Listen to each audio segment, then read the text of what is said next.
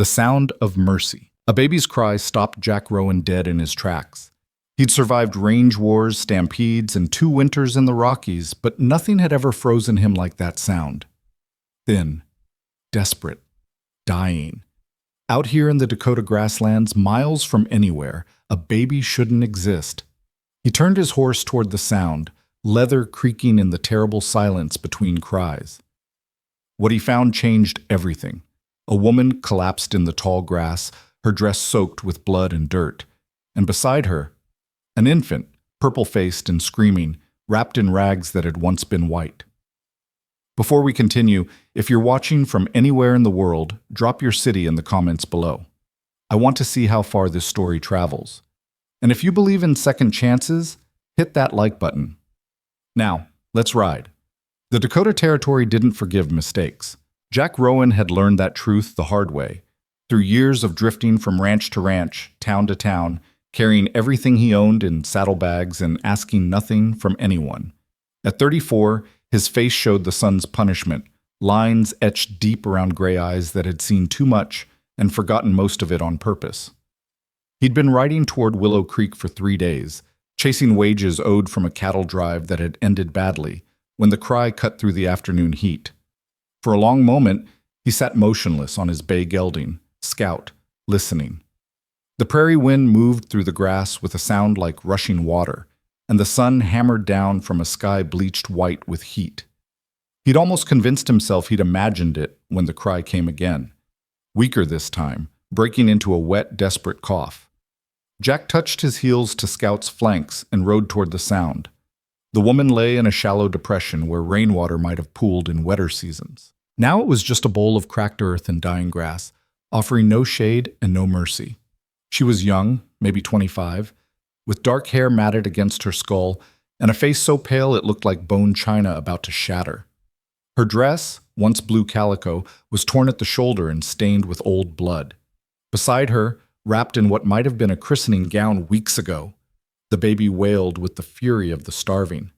Jack dismounted, his boots hitting the ground with a soft thud. He approached slowly, the way he'd approach a wounded animal, careful, watching for sudden movement. The woman didn't stir. He knelt beside her and touched 2 fingers to her throat. Her pulse fluttered like a trapped moth. "Ma'am?" His voice came out rough from disuse. He hadn't spoken to another soul in 4 days. "Ma'am, can you hear me?" Nothing. The baby's cries intensified, and Jack turned his attention to the child. He could tell it was a girl from the tattered remains of the gown, couldn't have been more than 3 or 4 months old.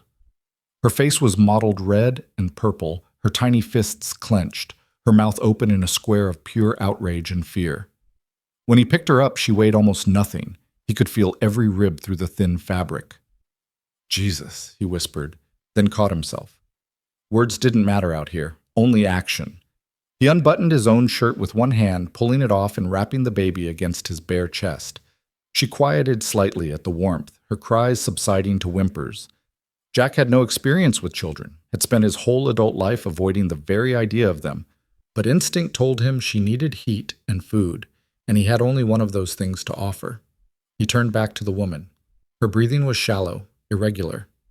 Fever radiated from her skin like heat from a cook stove. When he lifted her eyelid, her pupil was dilated and unresponsive. The calculation was brutal and immediate. Willow Creek was at least 15 miles southeast. She wouldn't survive the ride slung over his saddle, and the baby wouldn't last another hour without milk. But staying here meant death for all 3 of them. The sun was already past its zenith, and when night came to the Dakota prairie in August, it brought storms that could drown a man standing upright. Jack looked at the baby, pressed against his chest, then at the woman dying in the dirt, then at the horizon where Willow Creek waited like a promise that might be broken. Damn it! He moved with the efficiency of a man who'd spent 20 years making impossible situations possible. First, he soaked his spare shirt in the last water from his canteen and draped it over the woman's face and neck, trying to bring down the fever. Then he pulled the saddle blanket from Scout's back and spread it on the ground. He lifted the woman as gently as he could. She was lighter than she should have been, all bone and dehydration, and laid her on the blanket. The baby whimpered against his chest. He could feel her mouth working, searching for milk he didn't have. "I know," he murmured.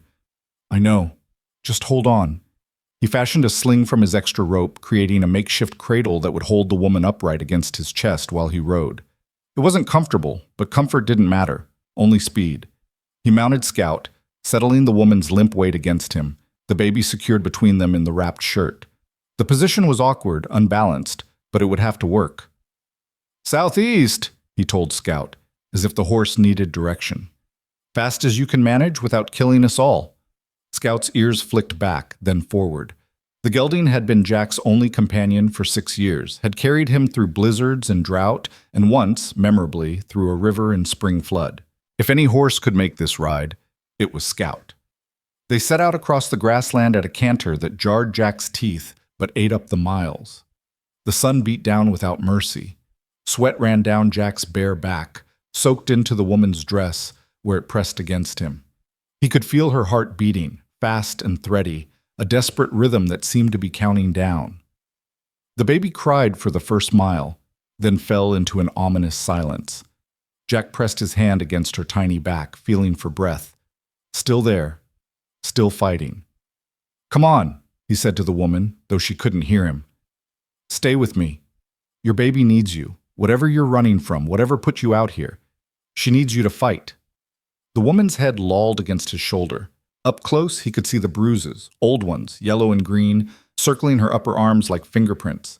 Fresh ones, purple-black, on her collarbone and jaw.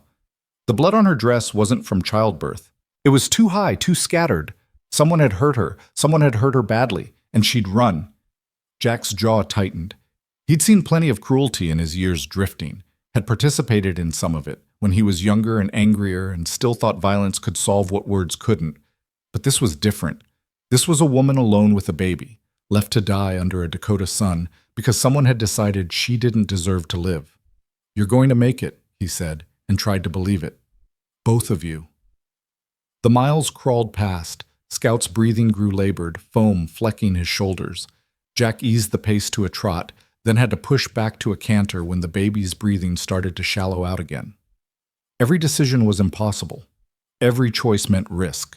The sun dropped toward the horizon, painting the grassland gold and amber. In other circumstances, it would have been beautiful. Now it just meant time running out. Jack saw the smoke first, thin gray columns rising from cook stoves and forge fires. Then the buildings took shape against the darkening sky.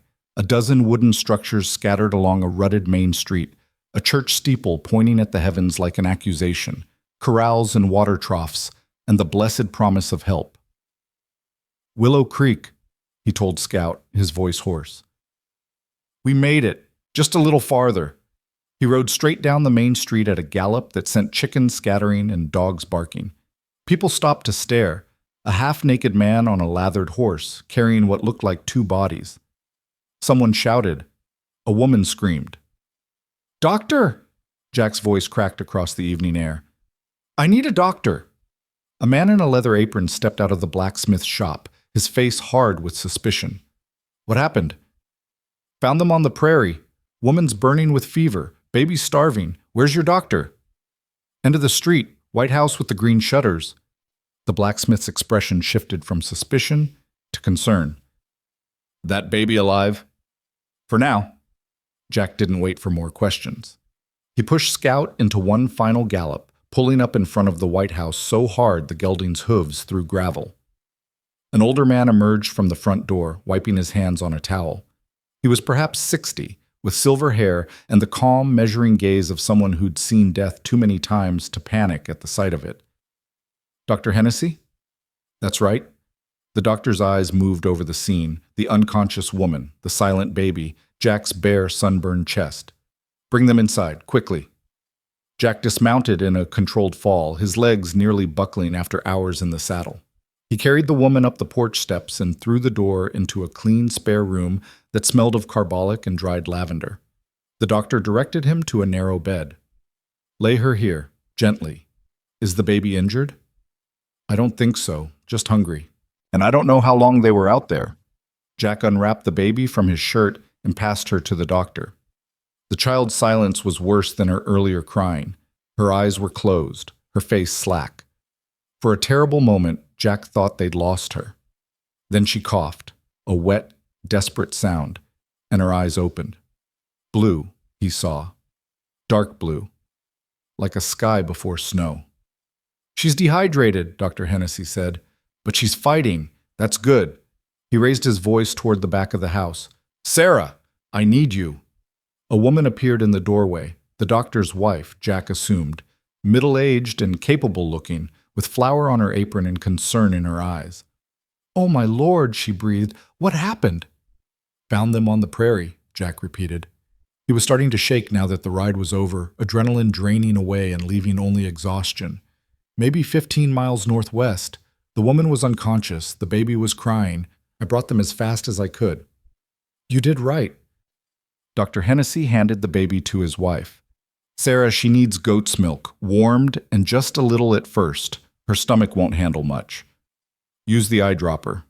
He turned back to the woman on the bed, his hands already working, checking her pulse, her pupils, the fever burning through her skin. "Help me get her dress off. I need to see if she's bleeding internally." Jack hesitated. The doctor glanced up, his expression sharp. "I'm a medical man. I've seen everything. Unless you want her to die of modesty, help me." Together they worked the ruined dress off her shoulders. Underneath, her chemise was stained with sweat and old blood, and her body told the story her silence couldn't.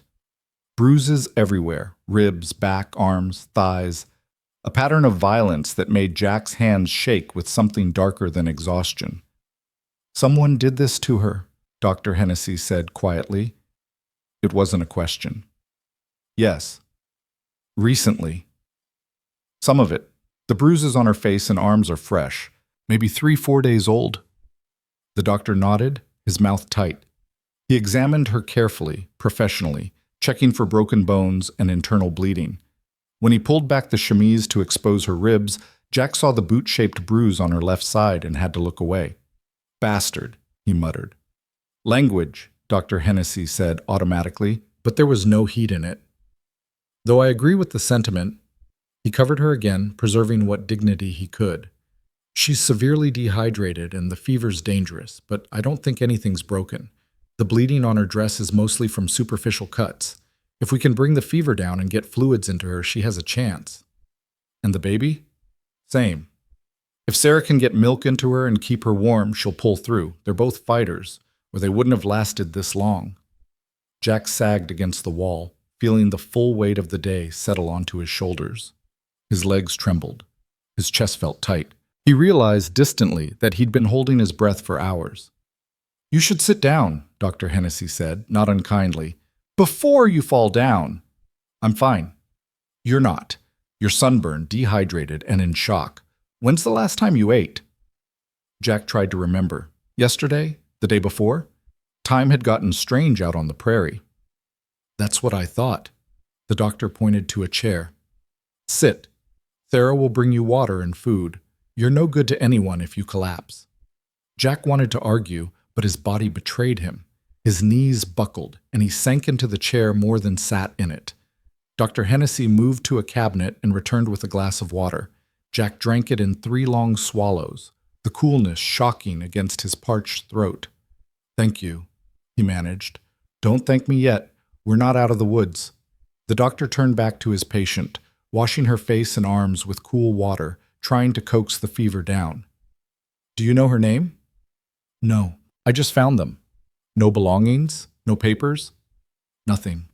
Just her and the baby and the clothes on their backs." Dr. Hennessy was silent for a moment, his hands still moving with practiced efficiency. "Someone will be looking for her." "I know. If she was running from what those bruises suggest, that someone might not have her best interests at heart." "I know that too." Their eyes met over the unconscious woman, an understanding passing between them that needed no words. Whatever came next, whoever came looking, they'd deal with it, but first they'd save her life. Sarah returned with the baby, who was making weak sucking sounds around the eyedropper. "She's taking the milk," Sarah said, relief evident in her voice. "Slowly, but she's taking it. Keep at it, little and often." Dr. Hennessy gestured to Jack. "Sarah, this is—" "Jack Rowan." Mr. Rowan saved their lives. Can you bring him some supper and find him a shirt? I suspect his is currently serving as a baby blanket. Sarah smiled despite the circumstances. I'll get my son's. He's about your size, Mr. Rowan. She paused, looking at the baby in her arms, then at the woman on the bed. Do we know their names? Not yet. Well, Sarah shifted the baby to her shoulder, patting her back gently. Until we do, I suppose we'll have to call them something. Miracles, perhaps. Because that's what this is, that you found them, that you got them here, that they're still breathing. Jack looked at the woman on the bed, her face still deathly pale, her breathing still too fast and shallow, but alive, fighting, holding on. Then at the baby, her tiny fist wrapped around Sarah's finger, her eyes closed, but her mouth still working at the phantom comfort of milk. Maybe, he said softly, maybe that's what they are. The night deepened outside. Dr. Hennessy worked tirelessly, changing cool compresses, monitoring vitals, administering what medicines he had. Sarah alternated between feeding the baby and bringing Jack food he could barely taste. He ate because she insisted, drank because his body demanded it, but his attention never left the woman on the bed. Around midnight, her eyes opened. They were brown, dark, and deep, filled with confusion and fear. They moved around the room, taking in the unfamiliar ceiling, the lamplight, the strange faces. Then they found Jack, and something flickered there.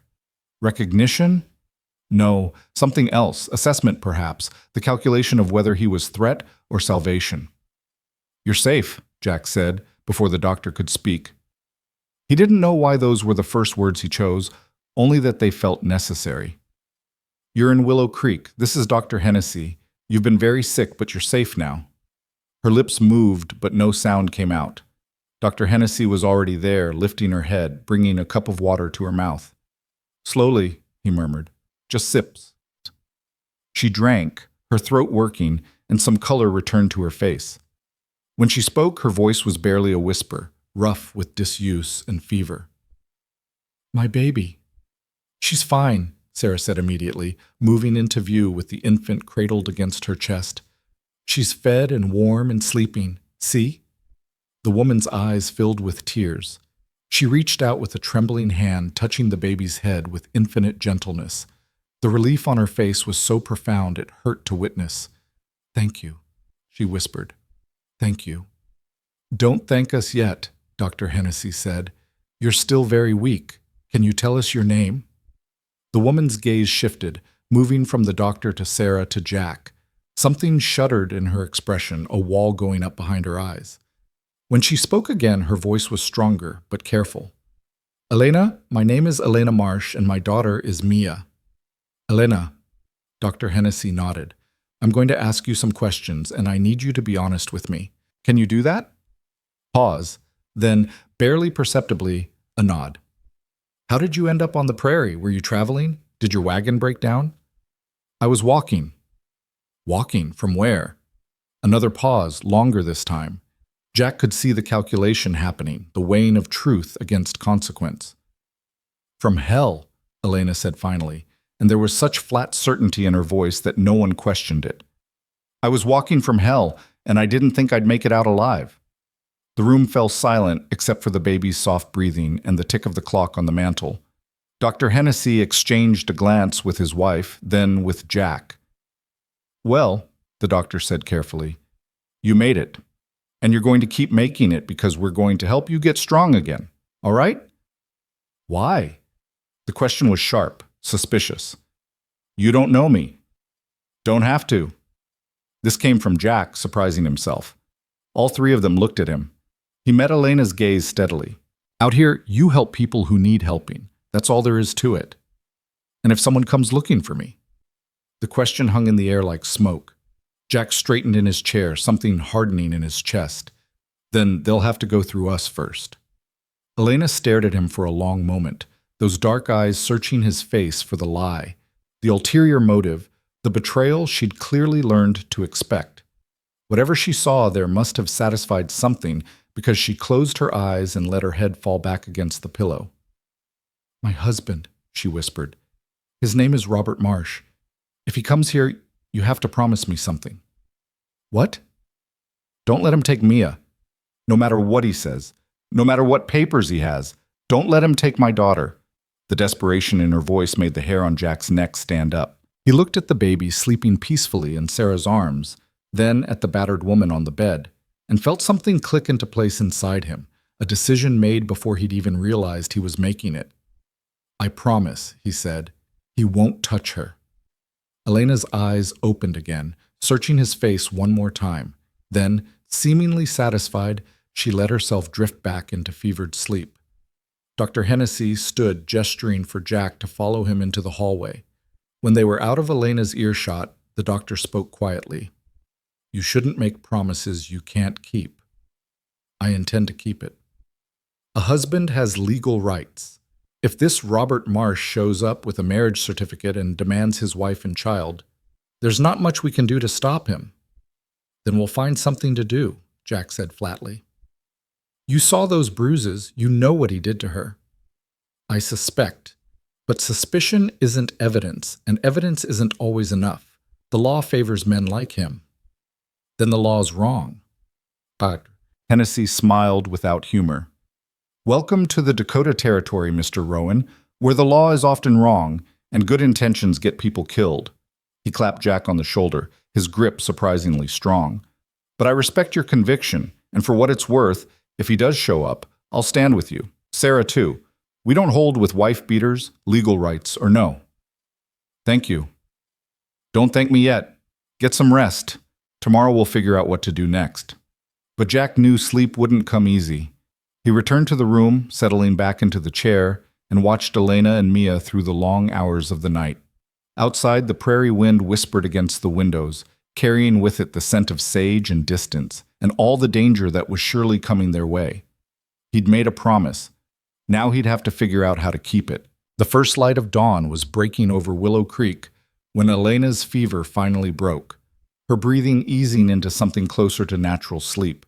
The baby stirred, mewling softly, and Sarah prepared another careful feeding. Jack stood, stretching muscles that had locked into position during the long vigil. Dr. Hennessy appeared in the doorway, holding a cup of coffee.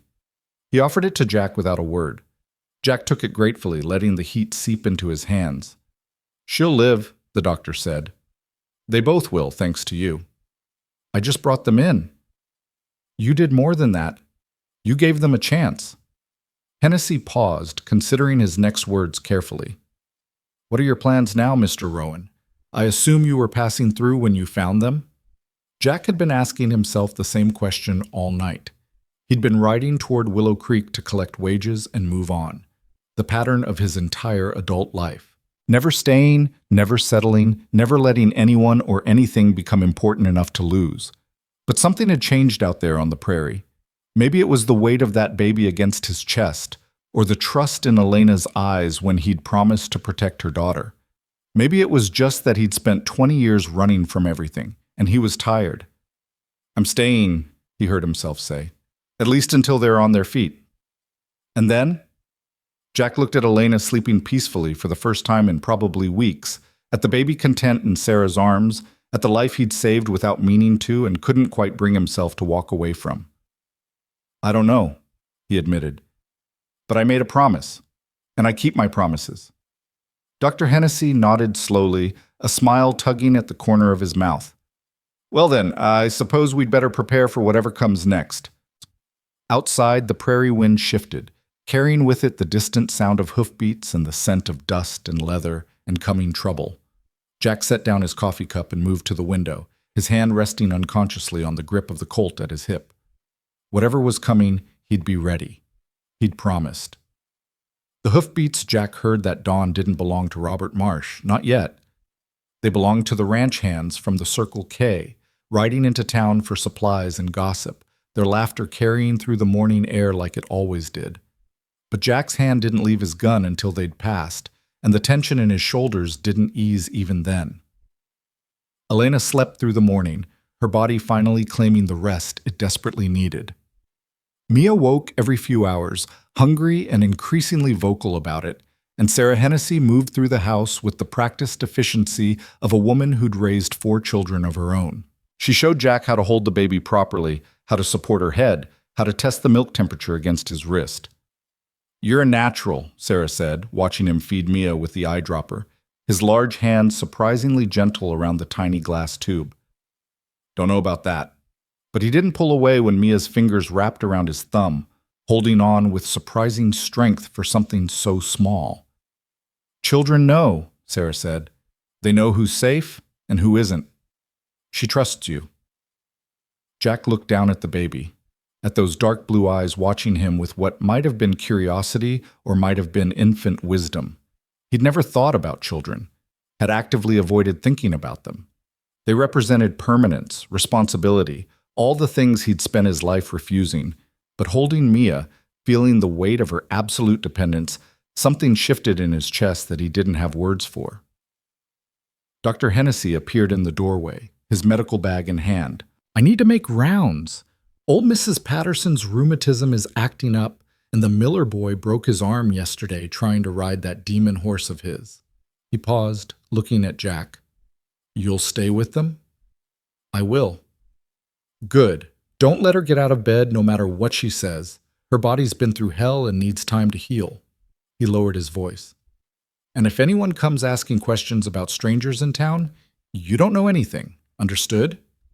Jack nodded. The doctor left, and Sarah returned to the kitchen to prepare beef broth for Elena. Jack sat in the chair beside the bed, Mia sleeping against his chest, and waited. Elena woke near noon, her eyes clearer than they'd been the night before. She looked around the room, then at Jack, then at the baby in his arms. Something complicated crossed her face. Relief, fear, shame, gratitude, all tangled together. "She's eating well," Jack said quietly, "getting stronger." "Thank you." Elena's voice was still hoarse, but stronger. "For everything. I don't even know your name." "Jack Rowan." "Mr. Rowan." She started to sit up, then gasped, her hand going to her ribs. "Easy." Jack was on his feet immediately, Mia still cradled carefully in one arm. "Doctor said you need to rest." "I've rested long enough."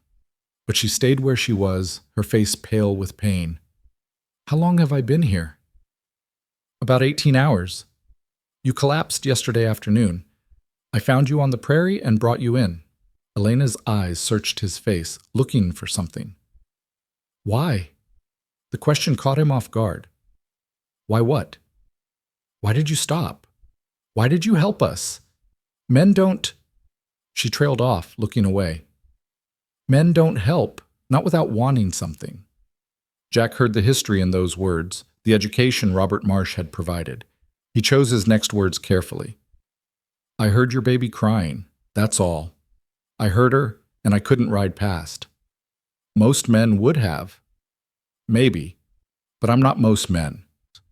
Elena studied him for a long moment, then nodded slowly, as if he'd passed some test he hadn't known he was taking. "No, I don't think you are." Sarah appeared with the broth, and the conversation shifted to practical matters, getting Elena to eat, checking her fever, changing the dressing on the cuts that had scabbed over during the night. Jack excused himself to the porch, giving Elena privacy and himself space to think. The town was coming alive in the afternoon heat. Wagons rolled down the main street, kicking up dust. Women with parasols walked between the dry goods store and the butcher shop. Children chased a dog between buildings, their laughter high and bright. It looked peaceful, normal, safe. But Jack had been in enough towns to know that peace was often an illusion, and safety was something you had to fight for. He was rolling a cigarette when a man approached the porch, mid-40s, wearing a sheriff's star, his face weathered but kind. He stopped at the bottom of the steps, thumbs hooked in his gun belt. "Afternoon. You'd be Jack Rowan?" Jack's hand drifted toward his Colt, then stopped. The sheriff noticed but didn't react. "That's right. Name's Tom Brennan. I'm the law in Willow Creek." He nodded toward the house. "Doc Hennessy mentioned you brought in a woman and child yesterday. Found them on the prairie?" "That's right." "Mind telling me where exactly?" Jack described the location as best he could. The shallow depression, the distance from town, the landmarks he'd used to navigate. Brennan listened carefully, his expression neutral. That's a good 15 miles out. Long way for a woman on foot, especially with a baby. Yes, sir. She say where she came from? Haven't asked. Brennan's eyebrows rose slightly. Haven't asked, or she hasn't said? Both. The sheriff was quiet for a moment, studying Jack with the same assessing look Elena had given him earlier. You planning on staying in Willow Creek, Mr. Rowan? For now. And what's your business here? Collecting wages from a cattle drive, and making sure that woman and her baby are all right. Noble of you. There was no sarcasm in Brennan's voice, just observation. But nobility can be expensive in these parts. Woman like that, running from something, could be her problems become your problems real quick. I can handle my own problems. I don't doubt it. I'm just saying, sometimes helping people means stepping into fights that aren't yours. Brennan shifted his weight, his hand resting on his gun belt in a gesture that was habit, not threat. I've been sheriff here for 12 years. I've seen a lot of women running from bad situations, and I've seen a lot of men who think they can save them. Usually ends poorly for everyone involved. Sounds like you're advising me to walk away. I'm advising you to be careful. And I'm letting you know that if there's trouble coming, I need to know about it before it arrives. Willow Creek's a peaceful town. I'd like to keep it that way. Jack met the sheriff's gaze steadily. If trouble comes, you'll be the first to know. Appreciate that. Brennan tipped his hat. Welcome to Willow Creek, Mr. Rowan. Hope you find what you're looking for here. He walked away, his boots kicking up small clouds of dust. Jack watched him go, then finished rolling his cigarette and lit it, letting the smoke burn his throat. The sheriff was right. He was stepping into something that wasn't his fight.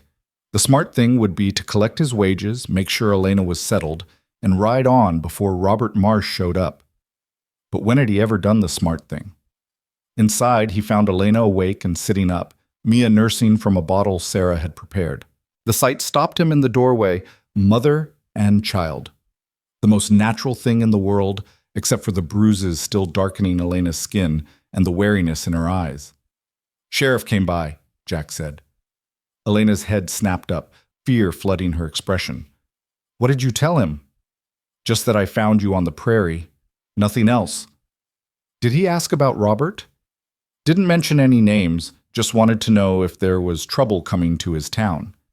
Elena looked down at Mia, her hand trembling slightly as she adjusted the bottle. There is. He'll come. I don't know when, but he will. Tell me about him. Why?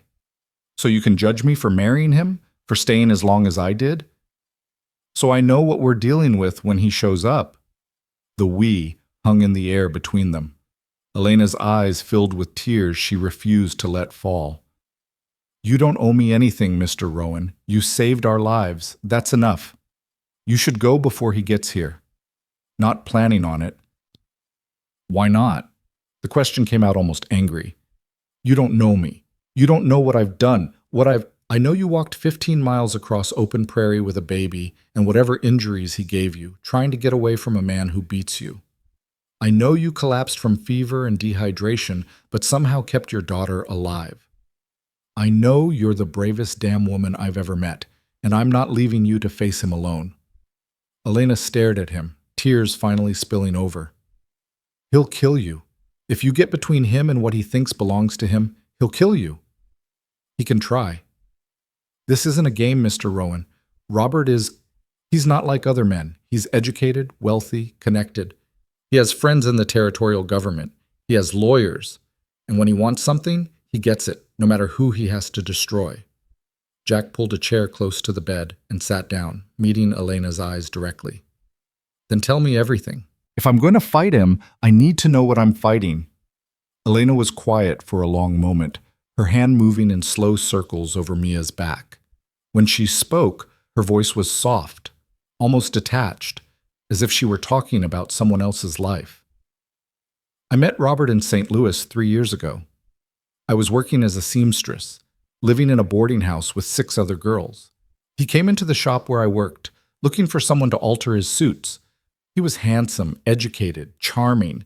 He quoted poetry. He brought me flowers. She laughed bitterly. I thought I was the luckiest girl in the world when he asked to court me. What changed? Nothing changed. That's who he always was. I just couldn't see it until after we married.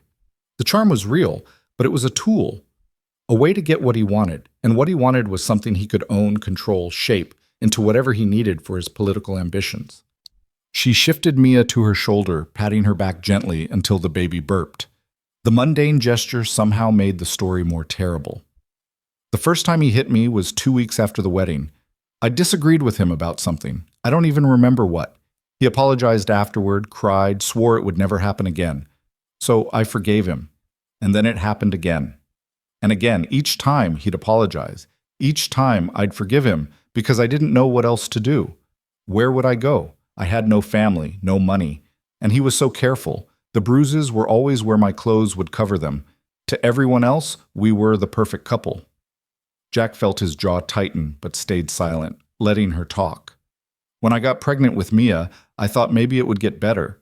Maybe having a child would soften him. Instead, it got worse. He didn't want a daughter. He wanted a son to carry on his name. When Mia was born, he looked at her like she was a failure.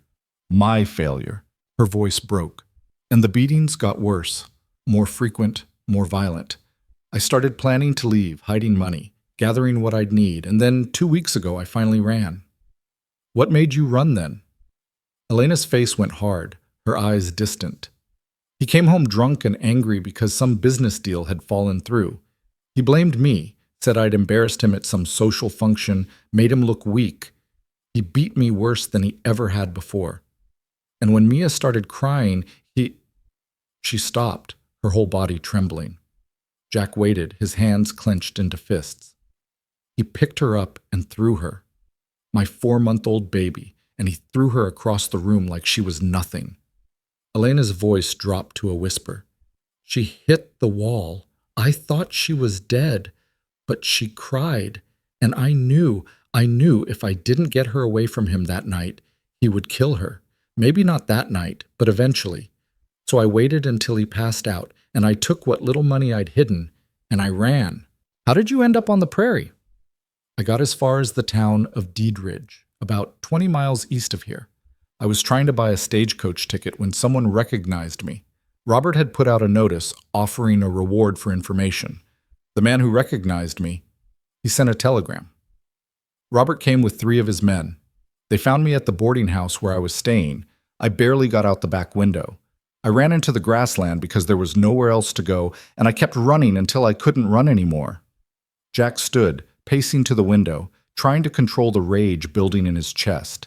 He'd killed men before, in the war, in range disputes, in bar fights that turned deadly.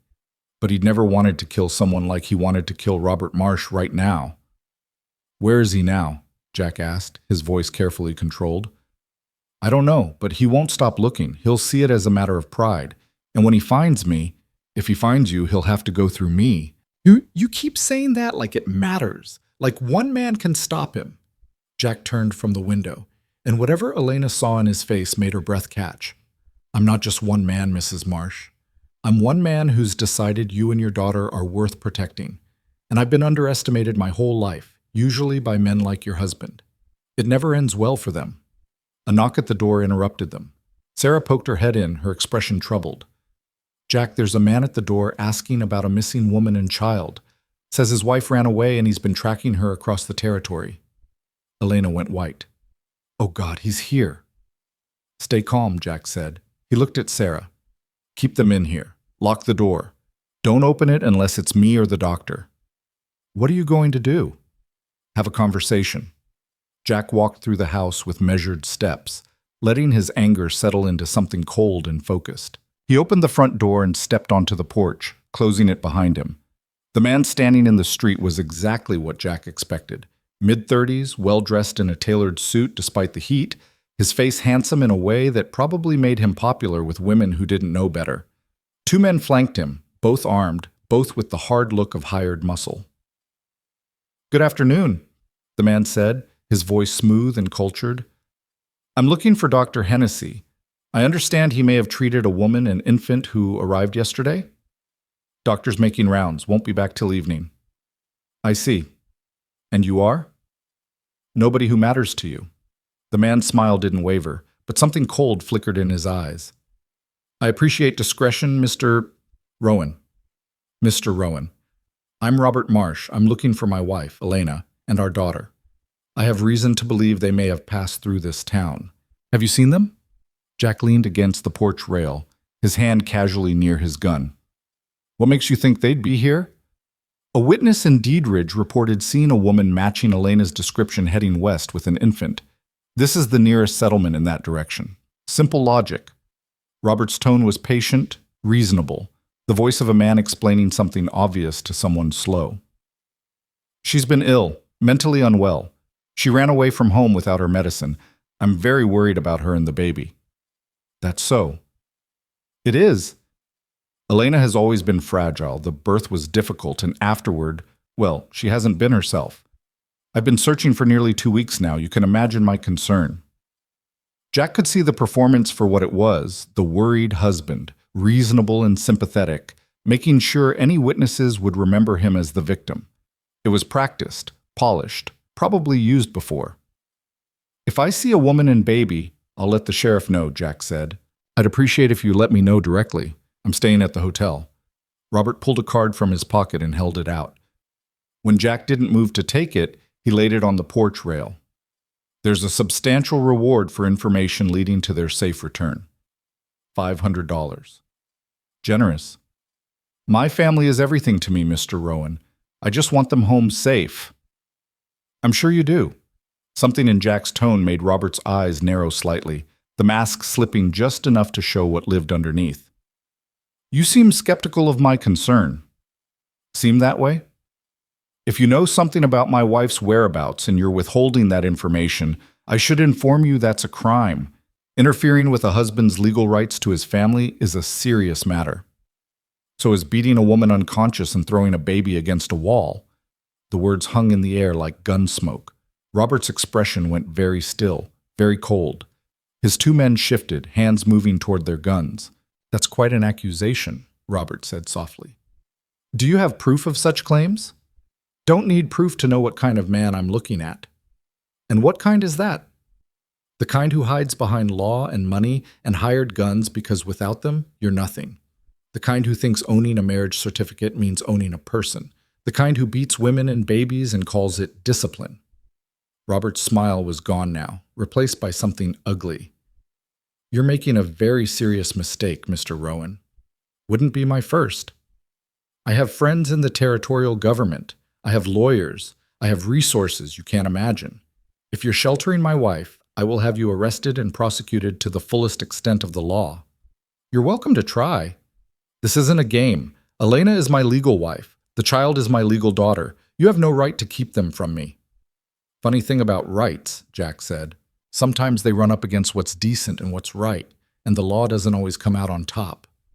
Robert took a step forward, his voice dropping. I will get them back, whether through legal means or other methods, and anyone who stands in my way will regret it. Are we clear? Crystal, are you done? For a moment, Jack thought Robert might try something, might signal his men to draw, might push this into violence right here in the street. But Robert was too smart for that. Too calculating. He'd want witnesses on his side when things turned bloody. We'll speak again, Robert said. He turned and walked toward the hotel, his men following. Halfway across the street, he stopped and looked back. By the way, Mr. Rowan, I know who you are. Jack Rowan, formerly of the 5th Colorado Cavalry. Dishonorably discharged after a court-martial for insubordination. Wanted in 2 territories for assault. You really think you are in a position to judge anyone's character? Jack didn't flinch. Takes one to know one, I suppose. Robert smiled without warmth. Indeed. Good day, Mr. Rowan. Enjoy what little time you have left in this town. Jack watched them go, his heart hammering, but his expression calm. When they disappeared into the hotel, he went back inside and found Sarah standing in the hallway, her face pale. He's going to make trouble, she said. Already has. What are we going to do? Fight him. But first I need to talk to your husband and the sheriff. If Robert has the law on his side, we need to even the odds. Elena appeared in the doorway of the bedroom. Mia clutched against her chest. Her face was ashen, her eyes wide with fear. You shouldn't have challenged him like that. Now he knows you're protecting us. He'll come after you. Let him. Jack. She stopped, seeming to realize she'd used his first name. Mr. Rowan, please, just tell him where I am. Give him what he wants. I can't have your death on my conscience, too. Jack crossed to her in 3 strides, close enough that she had to tilt her head back to meet his eyes. Listen to me. I meant what I said. He's not taking you. He's not taking Mia, and I don't give a damn what the law says, or what friends he has, or what he knows about my past. You understand? Tears ran down Elena's face. Why? Why would you do this for us? Because somebody should have done it a long time ago. Because you deserve better than what you've had. Because that baby deserves to grow up knowing her mother fought for her, and people stood beside her when it mattered. He paused, his voice softening. And because I heard her crying out on that prairie, and when I picked her up, she grabbed my thumb and held on like I mattered, like I was worth holding on to. Nobody's done that in 20 years, Mrs. Marsh. So maybe I'm doing this for selfish reasons after all. Elena sobbed once, then pressed her hand over her mouth, muffling the sound. She nodded, unable to speak. Get some rest, Jack said. Tomorrow we figure out how to keep you safe. Tonight, I'm going to make sure that hotel burns down if he tries to leave it. Sarah gasped. Jack! Figure of speech. Mostly. Jack headed for the door. I'm going to find the sheriff and Doc. Don't open this door for anyone but us. He stepped out into the afternoon sun, feeling the weight of what he'd just committed to settling onto his shoulders. Robert Marsh wasn't some drunk cowhand or petty criminal. He was educated, connected, dangerous in ways that had nothing to do with guns. Fighting him would require more than courage. It would require strategy. Good thing Jack had learned long ago that sometimes the underdog wins, not because they're stronger, but because they have more to lose. Jack found Sheriff Brennan at the jailhouse, feet propped on his desk, reading a 3-day-old newspaper. The sheriff looked up when Jack entered, unsurprised, as if he'd been expecting this visit. That was quick, Brennan said, folding the paper. Man's been in town less than 2 hours, and you're already at my door. That some kind of record? Robert Marsh is here. Came to the doctor's house looking for his wife. And you told him what exactly? That I'd let you know if I saw anything. Brennan's mouth twitched. Diplomatic of you. What did he tell you? That his wife is mentally ill, ran away without her medicine, and he's the concerned husband just trying to bring his family home safe. You believe him? About as much as I believe a rattlesnake's trying to keep me warm when it crawls into my bedroll. The sheriff was quiet for a moment, studying Jack with those sharp, assessing eyes. You want to tell me what you know that I don't? Jack hesitated. Telling Brennan everything meant trusting a man he'd known for less than a day, gambling that the law would side with justice over legality. But keeping quiet meant fighting Robert Marsh alone, and alone wasn't a position Jack wanted to be in. Elena Marsh told me her husband beat her regularly. 2 weeks ago, he threw their 4-month-old baby against a wall. That's why she ran. That's why I found her half dead on the prairie. She was running for her life and her daughter's life. Brennan's expression didn't change, but something hardened in his eyes. She willing to testify to that? If it comes to it. And you've seen evidence? Bruises? Injuries? Enough to know she's not lying. Doc Hennessy saw them too. The sheriff stood, walked to the window, and looked out at the street where afternoon shadows were starting to lengthen. Here's the problem, Rowan. Even if everything you're saying is true, and I'm inclined to believe it is, the law doesn't care much about what happens between a man and his wife. Marriage is a legal contract. She belongs to him in the eyes of the law, and so does the child. That's not right. No, it's not. But it's legal. And my job is to enforce the law, not rewrite it. Jack felt frustration building in his chest. So you're saying there's nothing you can do? I'm saying there's not much I can do officially.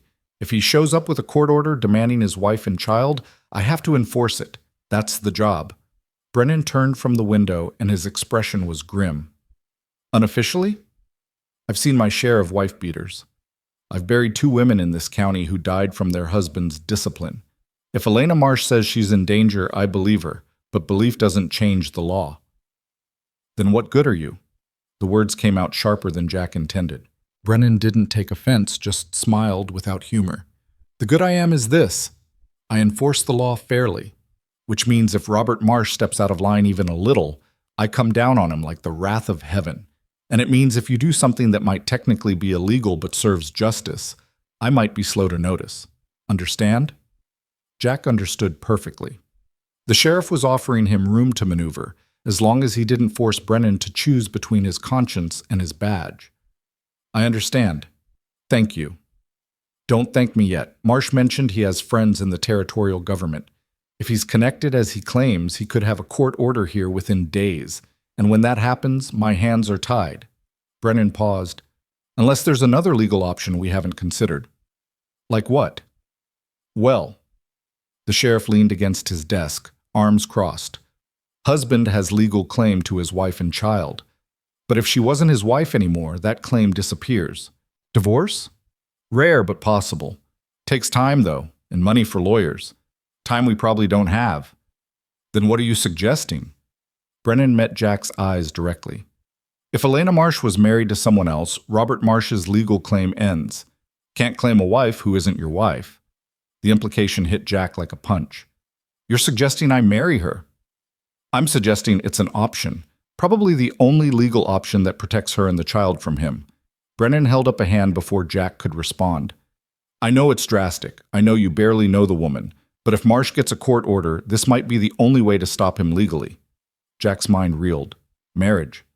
The word alone had always made him want to ride in the opposite direction. Marriage meant permanence, commitment, all the things he'd avoided his entire adult life. But it also meant protection for Elena and Mia, a legal shield that even Robert Marsh's lawyers couldn't easily break. How would that even work? Jack asked. She's already married. Technically, but if she swears her first marriage was never consummated, or that she was coerced, or that the marriage was invalid for any number of reasons, a circuit judge might annul it. Then she'd be free to marry someone else. Brennan shrugged. It's not perfect, and a good lawyer could challenge it, but it would buy time. And it would make Marsh's legal position a hell of a lot weaker. You know a judge who'd do that? Judge Catherine Miller's circuit includes Willow Creek. She's due here in 3 days for the monthly court session. And between you and me, she doesn't have much patience for men who abuse women. If Elena tells her story, Catherine might be willing to grant an emergency annulment. Jack walked to the window, looking out at the town that had somehow become the battlefield where he'd make his stand. 3 days. That's all the time they had before the judge arrived, and probably about the same time it would take for Robert Marsh to get his court order. I need to think about this, Jack said finally. Don't think too long. Marsh isn't going to sit idle. Jack returned to the doctor's house as the sun touched the horizon, painting the sky in shades of orange and red that reminded him of fire. Sarah met him at the door, her expression worried. Elena's asking for you. She's been anxious since you left. He found Elena in the bedroom, sitting up in bed with Mia sleeping in her arms. She looked stronger than she had that morning. The fever had broken completely, and some color had returned to her face. But her eyes were haunted. He's still here, isn't he? She asked. At the hotel, probably planning his next move. Did you talk to the sheriff? Jack pulled the chair close to the bed and sat, trying to figure out how to explain what Brennan had suggested. I did. He wants to help, but his hands are tied by the law. If Robert gets a court order, he will. Robert always gets what he wants. Maybe not this time. Jack leaned forward, elbows on his knees. The sheriff suggested something, a way to protect you legally that Marsh can't fight. What way? Jack took a breath. Marriage.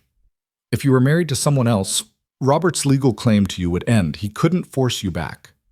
Elena stared at him. Married to who? To me. The silence stretched between them. Mia stirred in Elena's arms, making small sleeping sounds. Outside, someone laughed, the sound distant and incongruous. That's insane, Elena said finally. Probably. We don't even know each other. True. Marriage it's forever. It's not something you do just to solve a legal problem. In theory, but we could get it annulled later once you're safe, once Robert's given up and gone back to wherever he came from. Jack met her eyes. It would just be on paper, a legal strategy, nothing more. Elena looked down at Mia, her hand moving in gentle circles over the baby's back. When she spoke, her voice was small. I swore I'd never let another man have that kind of power over me again. I wouldn't have power over you, I mean. Jack struggled for the right words. It would be your choice, Elena, all of it. Where you live, what you do, how you raise your daughter. I'd just be a name on a piece of paper standing between you and him. Why would you do that? Marry a woman you don't love? Raise a child that isn't yours, all for people you met 2 days ago? It was the same question she'd asked before, in different words. Why help? Why care? Why risk everything for strangers? Jack didn't have a good answer, or at least not one that made sense when said aloud. I told you, I heard your baby crying and I couldn't ride past. Maybe this is the same thing. I see something that needs doing and I can't walk away from it. That's not a reason to marry someone. No, it's not. But it might be a reason to help them. Jack paused. Look, I'm not saying you have to decide right now. The judge won't be here for 3 days. That gives you time to think, to decide if this is something you want to do. But if Robert gets a court order before then, we'd have no choice. Right. Elena was quiet for a long time, her gaze distant. Jack watched emotions play across her face, fear, hope, doubt, calculation. Finally, she looked at him directly. If I agreed to this, what would you want in return? Nothing. Everyone wants something, Mr. Rowan. Robert taught me that lesson well. Then maybe I'm teaching you a different lesson, that some people help because it's right, not because they want payment. You're either a saint or a fool. Probably a fool. But I'm a fool who keeps his promises, and I promise to keep you and Mia safe. This seems like the best way to do that. Elena looked at him for another long moment, then nodded slowly. I'll think about it. That's all I'm asking. He stood to leave, but Elena's voice stopped him at the door. Jack? She'd used his first name again, and it sounded different in her mouth, softer, more personal. Thank you for everything. Whatever I decide, I want you to know. What you've done for us, it matters. More than you know. Get some rest. We'll figure this out. Jack stepped onto the porch and found Dr. Hennessy sitting on the steps, smoking a pipe. The doctor gestured for Jack to join him. Sarah told me about the sheriff's suggestion, Hennessy said. You're actually considering it? Might be the only way to keep them safe legally. Marriage is a serious commitment, Jack. Even a marriage of convenience. I know. Do you? The doctor turned to look at him. Because from where I'm sitting, you're a man who's spent his whole life avoiding roots, and now you're talking about marrying a woman and taking on a child. That's not a small thing. Didn't say it was small, said it was necessary. Hennessy drew on his pipe, exhaling smoke that drifted into the darkening sky. I've known you 2 days, but I've seen enough to get a measure of you. You're a good man, Jack Rowan, whatever your past might be. But good intentions aren't always enough. What are you saying? I'm saying that if you go through with this, Elena and that baby are going to depend on you. Not just for a few days or weeks, but potentially for years. Even if the marriage is annulled eventually, you'll be part of their lives. Are you ready for that kind of responsibility? Jack had been asking himself the same question since Brennan made the suggestion. Was he ready? Could he be the kind of man Elena and Mia needed? He'd spent 20 years proving he wasn't reliable, wasn't worth depending on. How could he suddenly change that? But then he thought about Mia's tiny hand wrapped around his thumb, about the trust in Elena's eyes when he promised to protect them, about the weight of purpose he'd felt for the first time in years. I don't know if I'm ready, Jack admitted, but I'm willing to try. That has to count for something. Hennessy nodded slowly. It does. Just remember, once you start down this path, there's no easy way back. You'll have made yourself part of their story, and they'll be part of yours. Make sure that's what you want before you take vows, even temporary ones. I will. The doctor stood, tapping his pipe out against the porch rail. I'm going to check on my patients. You should eat something and get some sleep. Tomorrow's likely to be complicated. Jack remained on the porch as darkness fell, watching the town settle into night. Lights appeared in windows, warm and yellow. Somewhere down the street, a piano played a melody he almost recognized. It looked peaceful, safe, normal. But Jack knew that peace was fragile. and safety was an illusion that could shatter with one court order or one violent man's determination. He was still sitting there when footsteps approached from the darkness. Jack's hand moved to his gun before he recognized Sheriff Brennan's silhouette. "Thought I'd find you here," Brennan said, climbing the steps. "Couldn't sleep?" "Too much to think about." "I expect so." The sheriff leaned against the porch rail. "I sent a telegram to the territorial marshal's office, asking about Robert Marsh. Got a reply an hour ago." "And?" "He's exactly who he claims to be. Wealthy family in St. Louis, connections to the territorial governor, owns several businesses across the plains. Also has a reputation for getting what he wants, one way or another." Brennan paused. "But here's the interesting part. This isn't the first time his wife has run away." Jack's head snapped up. "What?" 5 years ago, he was married to a woman named Catherine, different Catherine from the judge. She disappeared one night, just vanished. Marsh claimed she'd run off with another man, but no body was ever found, no trace of her. Most people assumed she was dead, either by his hand or by accident while running. "You think he killed her?" "Can't prove it, but it's interesting timing, don't you think? First wife disappears, second wife runs away with injuries consistent with severe abuse. Pattern starts to emerge." Jack felt ice settle in his stomach. "Elena and Mia aren't safe, are they? Even if we win legally, he'll find a way." "Men like Marsh usually do." Brennan's voice was grim. "Which is why I wanted to tell you this. If you marry Elena, you're not just protecting her from a legal claim. You're putting yourself between her and a man who's possibly already killed one wife. You need to know what you're getting into." "I appreciate the warning." "It's not a warning, it's a fact. And here's another fact. If Marsh tries something violent, I can arrest him. But if he's smart, he'll use the law as a weapon until he gets what he wants. And once he gets it," Brennan let the sentence hang. Jack understood what the sheriff wasn't saying. Once Robert had legal custody of Elena and Mia, whatever happened to them afterward would be beyond the law's reach. A woman could die a dozen ways in frontier territory, and a husband's word was usually enough to avoid investigation. "Then we make sure he doesn't get that custody," Jack said. "How?" "The marriage. If Judge Miller grants the annulment and recognizes my marriage to Elena, Marsh loses his legal claim. He can't force her back if she's married to someone else. He'll fight it. His lawyers will challenge the annulment, claim the second marriage is fraudulent. Let them. Every day they spend in court is another day Elena and Mia are safe." Brennan smiled grimly.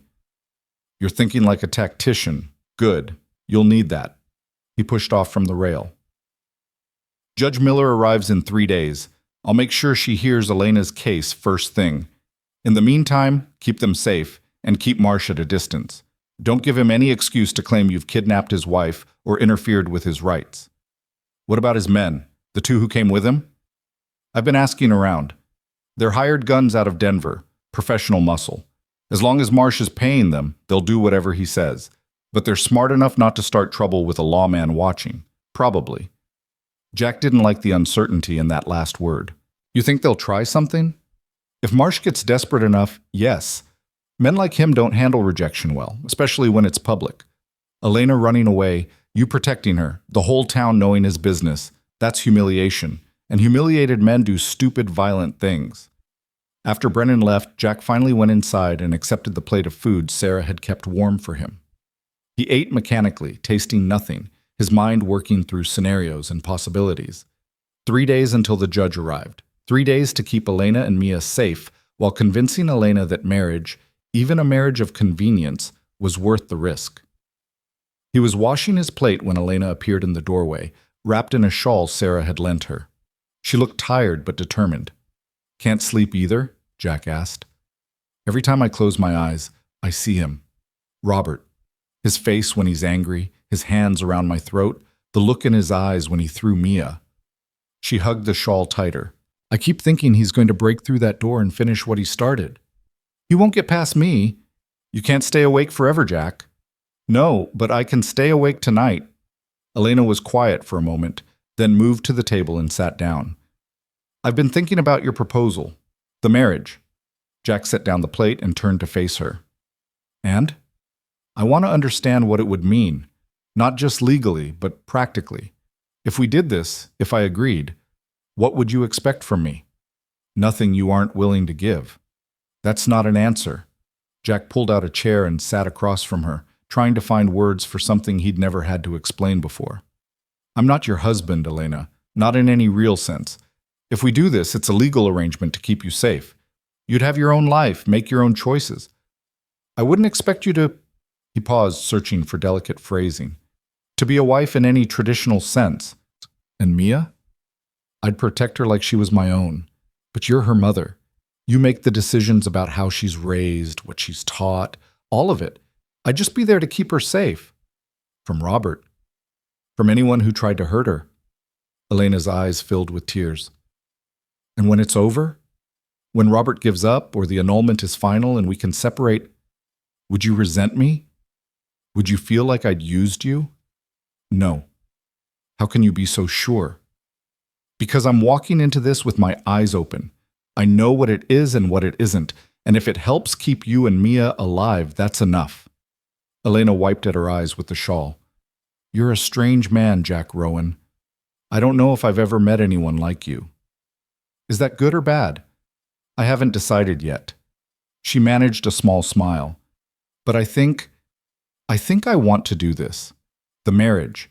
If Judge Miller will grant the annulment, if it's really possible, I want to try. Jack felt relief and apprehension in equal measure. You're sure? No.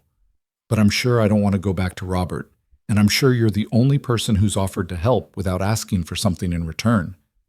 That has to mean something. She reached across the table and placed her hand over his. Her fingers were cold, trembling slightly. Thank you, Jack, for giving us a chance. He turned his hand over, gently squeezing hers. We'll make this work. I promise. The next 2 days passed in tense waiting. Robert Marsh made no move to approach the doctor's house again, but his presence hung over the town like storm clouds. Jack saw him twice, once riding past on a fine black horse, flanked by his hired men, and once standing on the hotel porch, watching the street with the patience of a predator. Sheriff Brennan kept close watch on all of them, making his presence known, reminding everyone that the law was neutral ground. Doc Hennessy tended to Elena's remaining injuries and declared her strong enough to travel if necessary. Sarah worked on altering one of her old dresses to fit Elena, creating something suitable for a court appearance. And Jack stayed close, sleeping in the doctor's front room with his gun within reach, listening to every sound in the darkness. During the day, he helped Elena practice her testimony, preparing her for the questions Judge Miller would ask. At night, he took turns with Sarah feeding Mia, learning the rhythm of a baby's needs, getting used to the weight of her in his arms. On the third day, Judge Catherine Miller arrived in Willow Creek with the morning stage. She was perhaps 50, with steel gray hair and eyes that missed nothing. She set up court in the town meeting hall and sent word that she'd see petitioners starting at noon. Jack, Elena, and Sheriff Brennan were there when she opened the session. Robert Marsh was there too, sitting in the back row with his lawyers, 2 men in expensive suits who'd arrived on yesterday's stage. They watched Elena with cold calculation, making notes, whispering to their client. Judge Miller called Elena forward first. The courtroom fell silent as Elena stood, Mia in her arms, and approached the bench. Jack remained in his seat, hands clenched, watching. State your name for the record, Judge Miller said, her voice crisp and professional. Elena Marsh, Your Honor. And you're petitioning for an emergency annulment of your marriage to Robert Marsh? Yes, Your Honor. On what grounds? Elena took a breath and Jack could see her gathering courage. On grounds of fraud and coercion, Your Honor. And on grounds that remaining married to him puts my life and my daughter's life in immediate danger. A murmur went through the courtroom. Robert Marsh half stood, but one of his lawyers pulled him back down. Judge Miller's eyes narrowed. Those are serious allegations, Mrs. Marsh. I'll need to hear your full testimony. But before we begin, she looked toward the back of the room. Mr. Robert Marsh, I assume? Robert stood, all charm and dignity. Yes, Your Honor. I'd like to address these outrageous accusations. You'll have your turn, Mr. Marsh. Sit down. Judge Miller's tone brooked no argument. Robert sat, but Jack could see the fury in his eyes. The judge turned back to Elena. Mrs. Marsh, please tell me in your own words why you're seeking this annulment. And Elena, with Mia quiet in her arms and her voice steady despite the fear Jack knew she felt, began to tell her story. Elena's voice was steady at first, almost detached, as if she were recounting someone else's nightmare instead of her own. She described meeting Robert in St. Louis, the courtship that had seemed like a fairy tale, the wedding that should have been the happiest day of her life. Judge Miller listened without interruption, her face impassive but her eyes sharp, cataloging every detail. Then Elena reached the part where the fairy tale ended. "The first time he hit me was 2 weeks after we married," she said, her hand unconsciously moving to touch Mia's head, as if the baby's warmth could anchor her. "I'd suggested we visit my friend from the dress shop where I used to work. He said wives didn't need friends, only their husbands. When I disagreed, he struck me across the face hard enough to split my lip." Robert Marsh stood abruptly. "Your Honor, this is complete fabrication. Mr. Marsh, I will hold you in contempt if you interrupt again." Judge Miller's voice could have frozen fire. "Sit down and be silent, or I'll have the sheriff remove you from this courtroom." Robert sat, his jaw tight, his hands clenched on his knees. His lawyers leaned in, whispering urgently, but he waved them off. Elena continued, her voice growing stronger with each word. "After that first time, he apologized. He cried and swore it would never happen again. I believed him because I wanted to believe him, because I had nowhere else to go. But it did happen again. And again. Always where the bruises wouldn't show, always with an apology afterward, always with a promise that this was the last time." "Did you ever seek help?" Judge Miller asked. "I tried once. I went to a minister, told him what was happening. He said marriage was a sacred bond, that my duty was to be patient and obedient, that if I prayed harder and tried harder to please my husband, the situation would improve." Elena's voice cracked slightly. "So I tried harder. I became smaller, quieter, more careful. It didn't matter. Nothing I did mattered." "When did it escalate?" "When I became pregnant. Robert wanted a son to carry on his family name. When the midwife told us I was carrying a girl, he was furious. He said it proved I was useless, that I couldn't even give him the one thing he wanted." Elena's arms tightened around Mia. When she was born, he looked at her like she was a mistake. My mistake. And the beatings got worse. Judge Miller leaned forward. "Mrs. Marsh, you mentioned in your petition that you feared for your daughter's life. Can you explain why?" Elena took a shaking breath. This was the part she'd dreaded, the part that made her wake screaming in the night. 2 weeks ago, Robert came home drunk. He'd lost money on some business deal and was looking for someone to blame. He beat me worse than he ever had before, ribs, back, face. I thought he was going to kill me. When Mia started crying in her cradle, he told her to shut up. She didn't, because she was a baby and she didn't understand. So he picked her up and he threw her. The courtroom erupted. People gasped, someone cursed, and Robert Marsh was on his feet again, shouting denials. Judge Miller's gavel cracked like thunder. "Order! I will have order in this court," she pointed at Robert. "Mr. Marsh, one more outburst, and you will be removed. Do you understand?" Robert's face was purple with rage, but he nodded and sat. Judge Miller turned back to Elena, and for the first time, her professional mask slipped enough to show compassion. "Mrs. Marsh, did your daughter survive?" "Yes, Your Honor. She hit the wall, and I thought—" Elena's voice broke completely. Tears streamed down her face, but she kept talking. "I thought she was dead. But she cried, and I knew I had to get her away from him. That night when he passed out, I took what little money I'd hidden, and I ran." "And Mr. Marsh pursued you?" "Yes, Your Honor. He put out notices offering rewards for information about me. When someone in Dead Ridge recognized me and sent word, he came with his men. They found me at the boarding house. I barely escaped. I ran into the prairie because there was nowhere else to go, and I kept running until I couldn't run anymore. If Mr. Rowan hadn't found me, Mia and I would have died out there." Judge Miller made a note, then looked up. "Dr. Hennessy examined you when you arrived in Willow Creek?" "Yes, Your Honor." "Dr. Hennessy, please stand." The doctor rose from his seat near the front. "Did you observe injuries consistent with Mrs. Marsh's testimony?"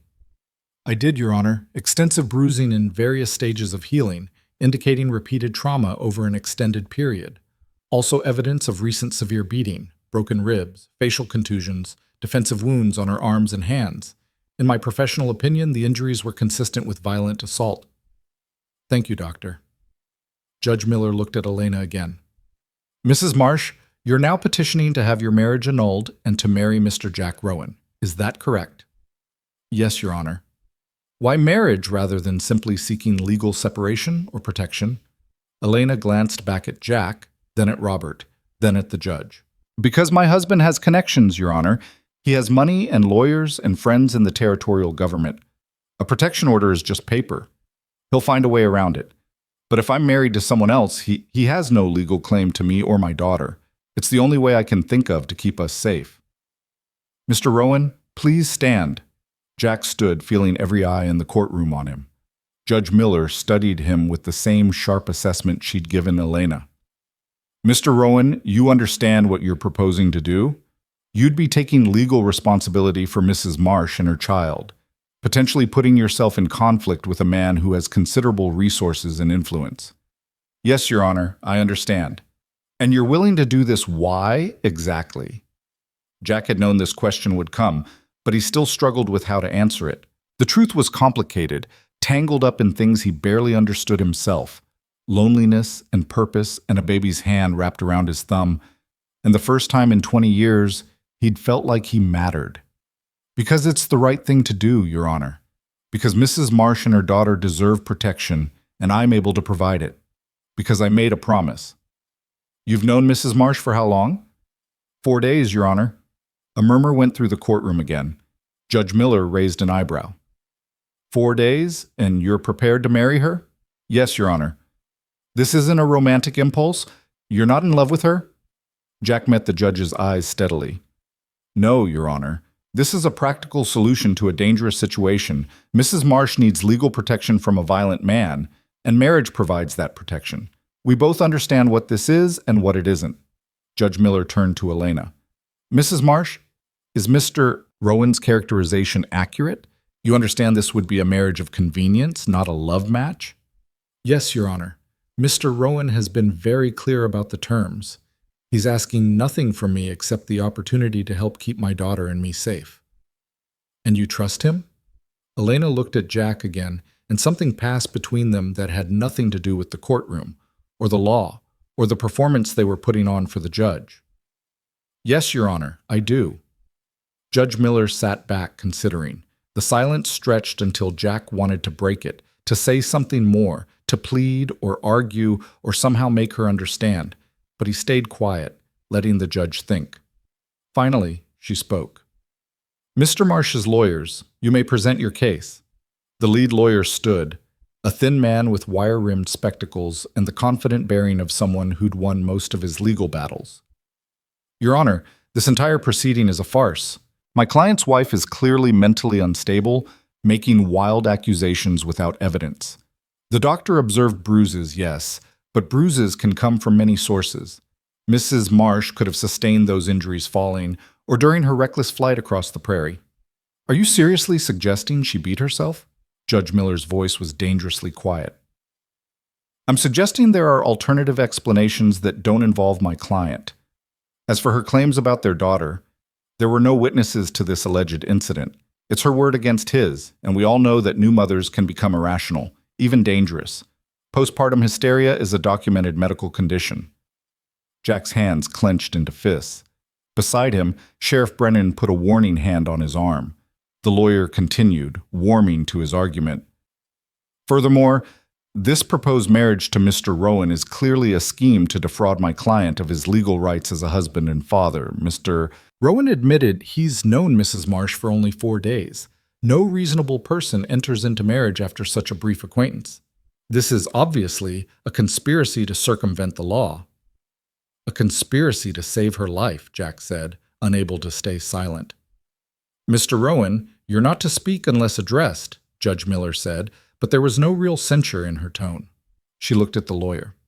Do you have any evidence to support your claims that Mrs. Marsh is mentally unstable? Medical records, testimony from physicians who've treated her?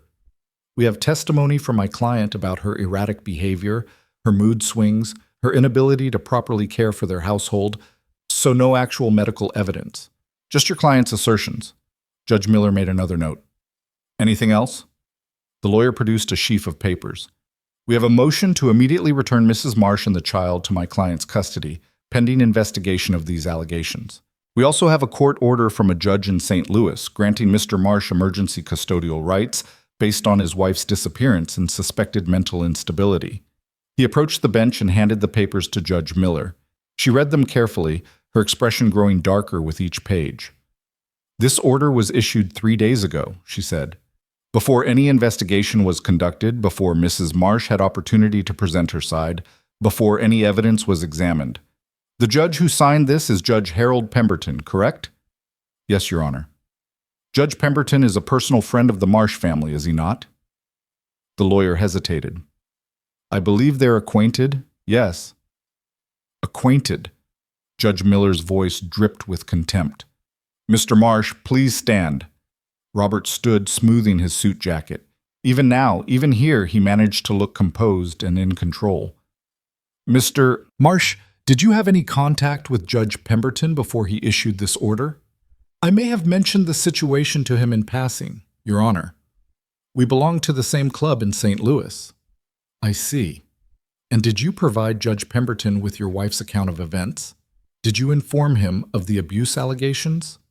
There are no abuse allegations, Your Honor. There's only a mentally unstable woman making wild claims to justify abandoning her lawful husband and child. Abandoning the child? Judge Miller's eyebrows rose. The child is here, with her mother, Mr. Marsh. How exactly has Mrs. Marsh abandoned her? Robert's composure slipped slightly. I misspoke, Your Honor. I meant abandoning her responsibilities. No, I think you spoke truthfully for once.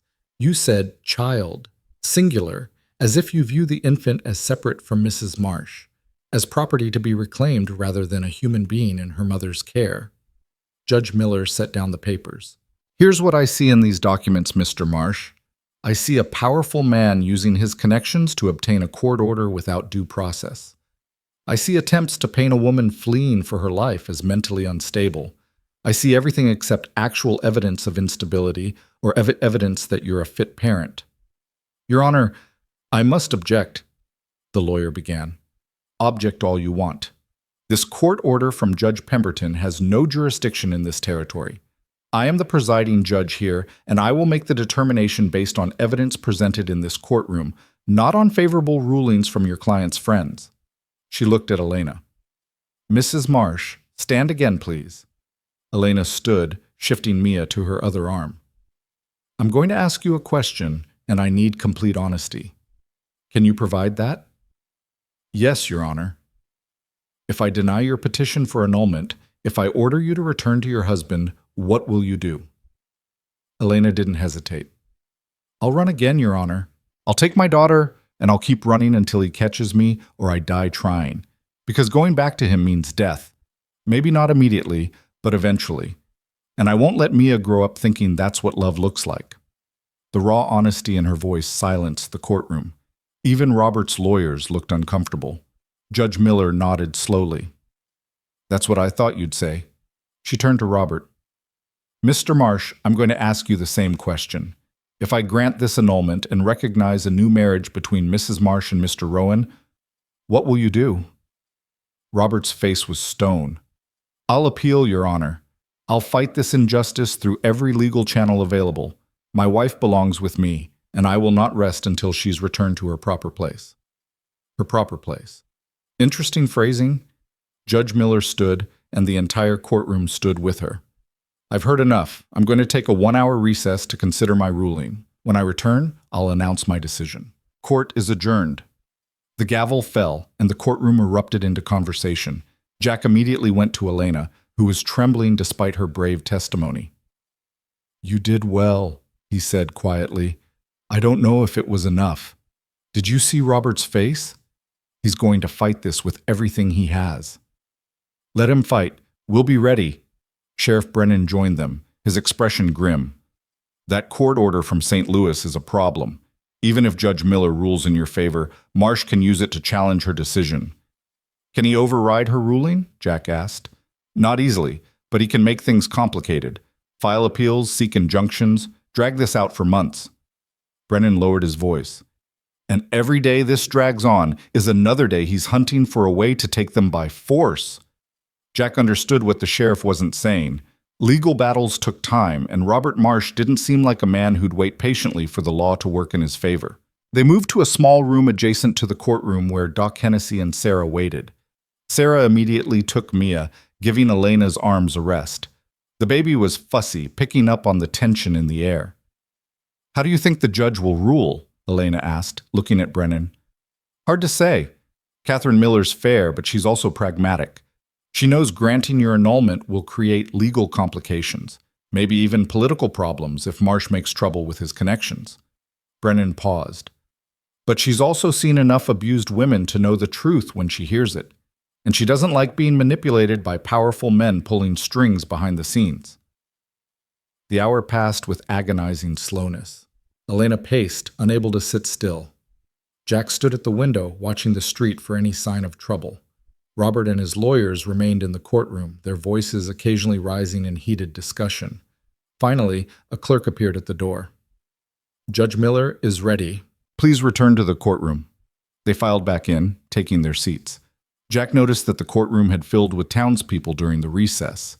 Word had spread about the hearing, and half of Willow Creek seemed to have shown up to witness the outcome. He saw the blacksmith who'd directed him to the doctor's house, several ranch hands from surrounding spreads, shopkeepers, and their wives, all watching with intense interest. Judge Miller entered, and everyone stood. She took her seat, arranged her notes, and looked out at the assembled crowd. "I've considered all the evidence and testimony presented today," she began. "This is an unusual case involving serious allegations and competing legal claims. The law is not always equipped to address situations where human decency and legal technicality are at odds. However, it is my job to interpret the law in a way that serves justice, not just legal convenience." Jack felt Elena's hand slip into his. He squeezed gently, offering what reassurance he could. "Mrs. Elena Marsh has presented credible testimony of systematic abuse by her husband, Robert Marsh.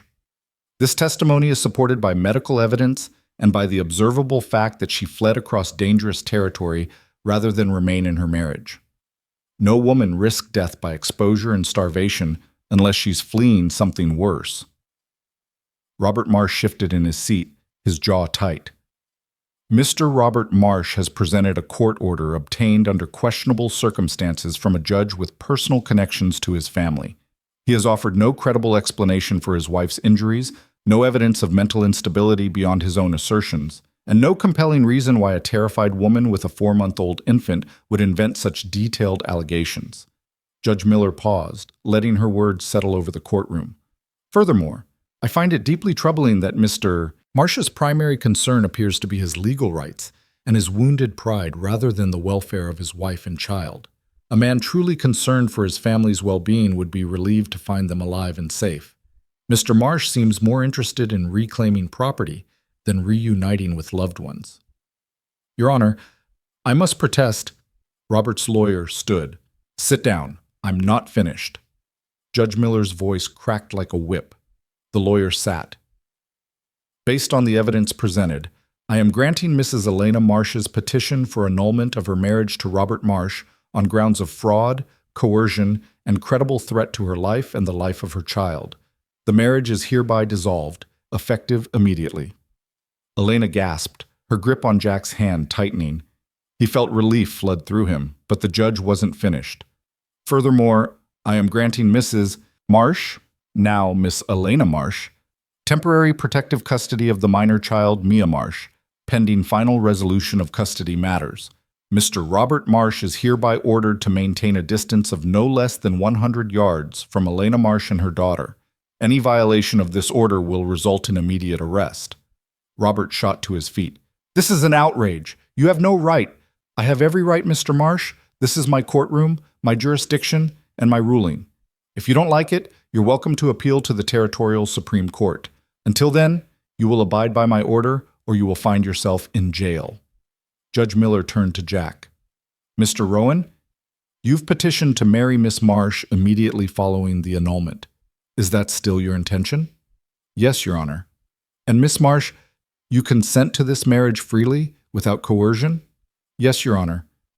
Then by the power vested in me by the territory of Dakota, I hereby authorize and recognize the marriage of Jack Rowan and Elena Marsh. You may exchange vows now, if you wish, or you may formalize the union at a later time. For legal purposes, the marriage is recognized as of this moment." Jack turned to Elena, who was crying openly now, tears of relief and fear and exhaustion all mixed together. He didn't have any vows prepared, hadn't thought beyond the legal necessity of this moment. But looking at her, at the trust in her eyes, despite everything she'd endured, words came.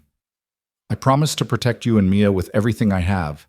I promise to give you space to heal and grow and find yourself again. I promise to ask nothing from you except the chance to be worthy of your trust."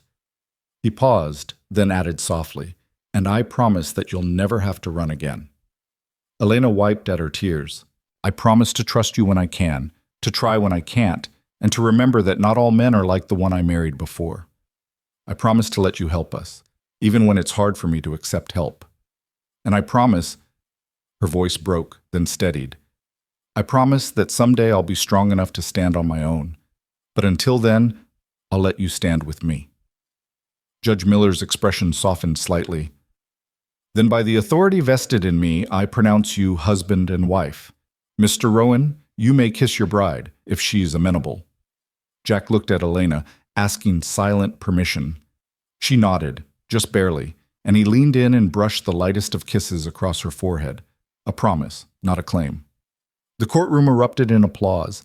People were standing, clapping, some of the women crying. It was as if the whole town had been holding its breath and could finally exhale. But through the celebration, Jack kept his eyes on Robert Marsh. The man stood frozen, his face white with rage, his hands clenched at his sides. His lawyers were pulling him toward the door, talking urgently, probably trying to get him out before he did something that would land him in jail. As they passed Jack and Elena, Robert stopped. His lawyers tried to pull him along, but he shook them off and leaned in close, his voice a whisper only Jack and Elena could hear. "This isn't over. You think a piece of paper changes anything? You think you can steal my wife and my child and walk away? I'll destroy you both. I'll burn this whole town down if I have to, but you will pay for this humiliation." "Mr. Marsh, you're in violation of the protective order." Sheriff Brennan appeared at Robert's elbow, his hand on his gun belt. "I suggest you leave this courtroom immediately and check out of your hotel. You have until sunset to be out of Willow Creek." Robert's eyes blazed with fury, but he turned and stalked out, his lawyers and hired men following. The door slammed behind them with enough force to rattle the windows. Judge Miller watched them go, then looked at Jack and Elena. "I meant what I said about that protective order. If he comes near you, have him arrested. And Mr. Rowan?" "Yes, Your Honor?" "Take care of your family. Something tells me you're going to need every bit of that protection you promised." Outside the courthouse, townspeople crowded around to offer congratulations and support. The blacksmith clapped Jack on the shoulder. The woman from the mercantile pressed a jar of preserves into Elena's hands. Even some of the ranch hands offered to help with anything that needed doing. It was overwhelming and humbling and more than Jack had expected. He'd spent so many years as a drifter, someone people barely noticed, that being the center of this much positive attention felt foreign. Dr. Hennessy appeared at his side. "You've given this town something to believe in, Jack. People around here see too much hardship, too much injustice going unpunished. Watching you stand up for Elena and Mia, it matters. Just doing what needed doing. That's what makes it matter." The doctor smiled. "Now, I suggest you get your wife and daughter home before all this excitement exhausts them." Your wife and daughter.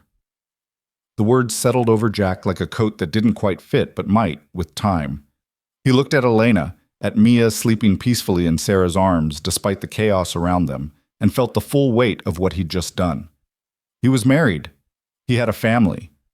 After 34 years of deliberate solitude, he was responsible for 2 lives that depended on him completely. It should have terrified him. Maybe it did. But stronger than the fear was something else. Purpose, significance, the bone-deep certainty that he'd finally stopped running from himself. They walked back to the doctor's house in the fading afternoon light, surrounded by well-wishers. Somewhere in the distance, Jack heard the sound of horses leaving town at a gallop, Robert and his men riding out before sunset as ordered. But Jack knew this wasn't over. The judge had been right about that. Robert Marsh was humiliated, legally defeated, publicly shamed. Men like him didn't accept defeat. They regrouped, they planned, they waited for the right moment to strike back. So Jack would wait too. And when Robert made his move, because he would make a move, Jack would be ready. He'd made promises today. Promises to Elena, to Mia, to himself. And he meant to keep every single one of them, no matter what it cost. The threat came 3 days later, in the quiet hours just before dawn when the world was still and darkness held its breath before surrendering to light. Jack woke to the smell of smoke. He was on his feet instantly, gun in hand, moving through the doctor's house with the practiced silence of someone who'd survived by staying alert. The scent was faint but unmistakable. Wood smoke, but wrong somehow, coming from outside rather than the stove. He reached the window and looked out at the street. Nothing moved in the pre-dawn darkness. Then he saw it. A flicker of orange light from the direction of the livery stable, growing brighter even as he watched. Fire. Jack didn't waste time with boots. He ran barefoot into the street, already shouting, "Fire! Fire at the livery!" Lights appeared in windows up and down the street. Men stumbled out of houses and the boarding house, some pulling on pants, others already running toward the flames. The livery was fully engulfed now, the old dry wood catching like kindling. Horses screamed inside, terrified. "The animals!" someone shouted. "We have to get them out!" Jack ran toward the barn, but the heat drove him back. The door was chained shut from the outside, deliberately locked. He saw it even through the smoke and flames, saw the heavy chain wrapped around the handles, the padlock gleaming in the firelight. This wasn't an accident. This was a message. Sheriff Brennan appeared at his side, coughing from the smoke. "The chain.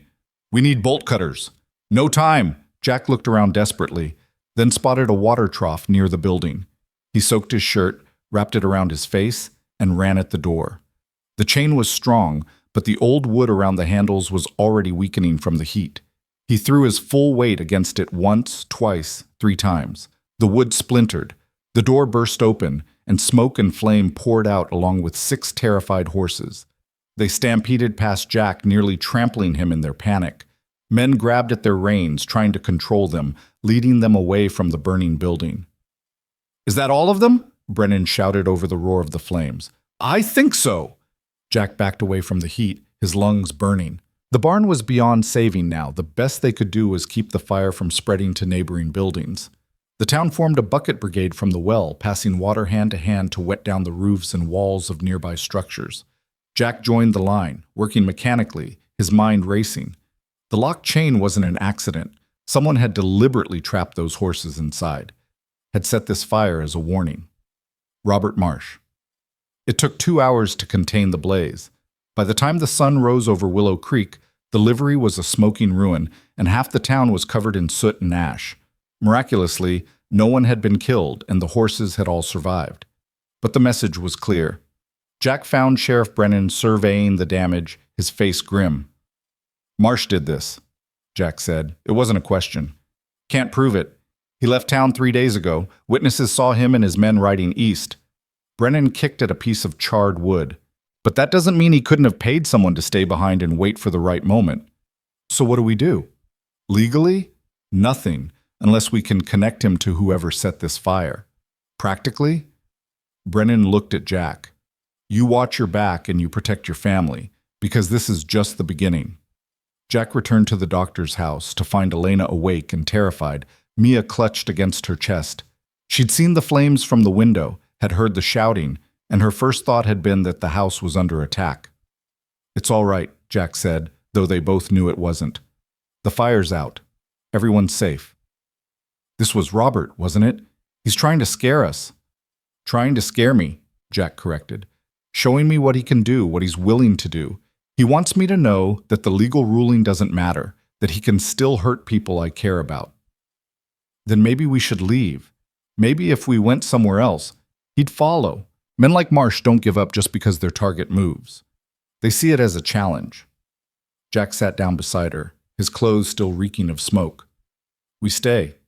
We fight. And we make sure he understands that threats won't work." Elena was quiet for a long moment, then nodded. "What do we need to do?" The question surprised him. He'd expected fear, maybe even for her to beg him to run, Instead, she was asking how to fight back. We need to make it impossible for him to hurt us legally. Right now, he can still appeal the annulment, can still try to claim Mia through the courts. We need to cut off that avenue completely. How? We make this marriage real, not just on paper, but in every legal way that matters. We establish ourselves as a legitimate family so thoroughly that no judge, no matter how friendly to Marsh, could undo it. Elena understood what he was suggesting. You want to adopt Mia, make her legally your daughter. If you'll allow it, it would give us another layer of protection. Marsh couldn't claim her as his child if she's legally mine. Would a judge even grant that? The adoption, I mean, when the marriage is so new? Judge Miller might. Especially if we explain the circumstances, show that it's necessary for the child's safety. Jack paused. But Elena, this isn't just a legal maneuver.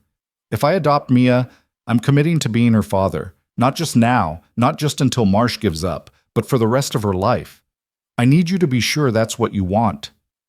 Elena looked down at Mia, at the baby who'd somehow survived everything. Her father's violence, the desperate flight across the prairie, the hunger and fear and uncertainty. When she looked up, her eyes were clear. I've watched you with her these past days, the way you hold her, feed her, the way you check on her every night, even when she's sleeping peacefully.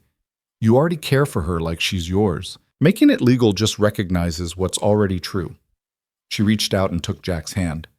Yes, I want you to adopt her.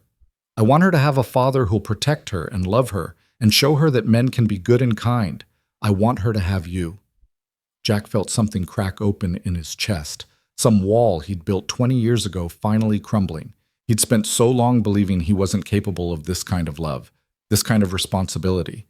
But holding Mia, looking at Elena's trust-filled eyes, he realized he'd been wrong. He was capable. He'd just never had a reason to try before. Then we'll talk to Judge Miller as soon as she's back in town. In the meantime, he stood, his jaw set with determination. In the meantime, I need to send Robert Marsh a message of my own. Sheriff Brennan helped Jack track down the man who'd set the fire. It wasn't difficult. The arsonist had gotten drunk at the saloon the night after the blaze, bragging about the money he'd earned for a simple job. The sheriff arrested him that afternoon, and by evening, the man had confessed everything in exchange for a reduced sentence. Robert Marsh had paid him $200 to wait 3 days after leaving town, then set the livery fire as a warning. The man swore he'd been told to make sure no one was hurt, just property damaged, but the locked chain told a different story. This gives us evidence, Brennan said, showing Jack the signed confession. I can send a warrant for Marsh's arrest to every town and territory within 500 miles. Will they honor it? Some will, others won't, especially if Marsh greases the right palms, but it means he can't travel freely without looking over his shoulder, and it means we have documented proof of his criminal intent. The sheriff leaned back in his chair. More importantly, it shows any judge hearing his appeals that he's not the concerned husband he claims to be. He's a criminal willing to commit arson to get revenge. Jack took the confession and read it carefully. The man had been thorough in his statement, describing how Marsh had contacted him, what instructions he'd given, how much he'd paid. It was damning evidence, the kind that could destroy a man's reputation if it became public. I want to send him a copy, Jack said. Of the confession? Let him know we have proof. Let him understand that if he keeps pushing, we'll use it to destroy everything he's built. His reputation, his business connections, his political ambitions, all of it. Brennan considered this. That's playing with fire, Jack. You back a man like Marsh into a corner, he might do something desperate. He's already desperate. The fire proved that. At least this way he knows the cost of continuing his vendetta. The sheriff nodded slowly. All right, I'll send a copy to his address in St. Louis, along with a warrant for his arrest. But Jack, be ready for whatever comes next, because men like Marsh don't surrender easy. A week passed, then 2. Judge Miller returned to Willow Creek for her monthly circuit and heard Jack and Elena's petition to adopt Mia. She listened to their reasoning, reviewed the evidence of Robert Marsh's violence and the recent arson, and granted the adoption immediately. Mr. Rowan, you are now the legal father of Mia Rowan, with all rights and responsibilities that entails, Judge Miller said, signing the papers with a flourish. And may I say, that child is lucky to have you. Jack held Mia as they left the courthouse, feeling the weight of the moment. He was a father now. Not by blood, not by accident, but by choice. The baby looked up at him with those dark blue eyes, and he wondered what she'd remember of these early days when she was older. Probably nothing. But he'd remember. He'd remember every moment. Elena walked beside him, and for the first time since he'd found her on the prairie, she looked peaceful. The constant fear had eased from her expression, replaced by something cautiously hopeful. "Do you think he'll give up now?" she asked quietly. "I don't know, but we've done everything we can legally. The rest is up to him." The answer came 2 days later, not from Robert Marsh, but from his lawyer. The letter was formal and cold, informing them that Mr. Marsh was withdrawing all legal claims to Elena and the child, dropping all appeals, and requesting only that he never be contacted by any of them again. Jack read the letter twice, looking for the trap, the hidden threat. But it seemed genuine. Robert Marsh was giving up. "Why?" Elena asked, reading over his shoulder. "After everything he did, all the effort to get us back, why would he just surrender?" Sheriff Brennan had the answer. He appeared at the house that afternoon with news from his contacts in St. Louis.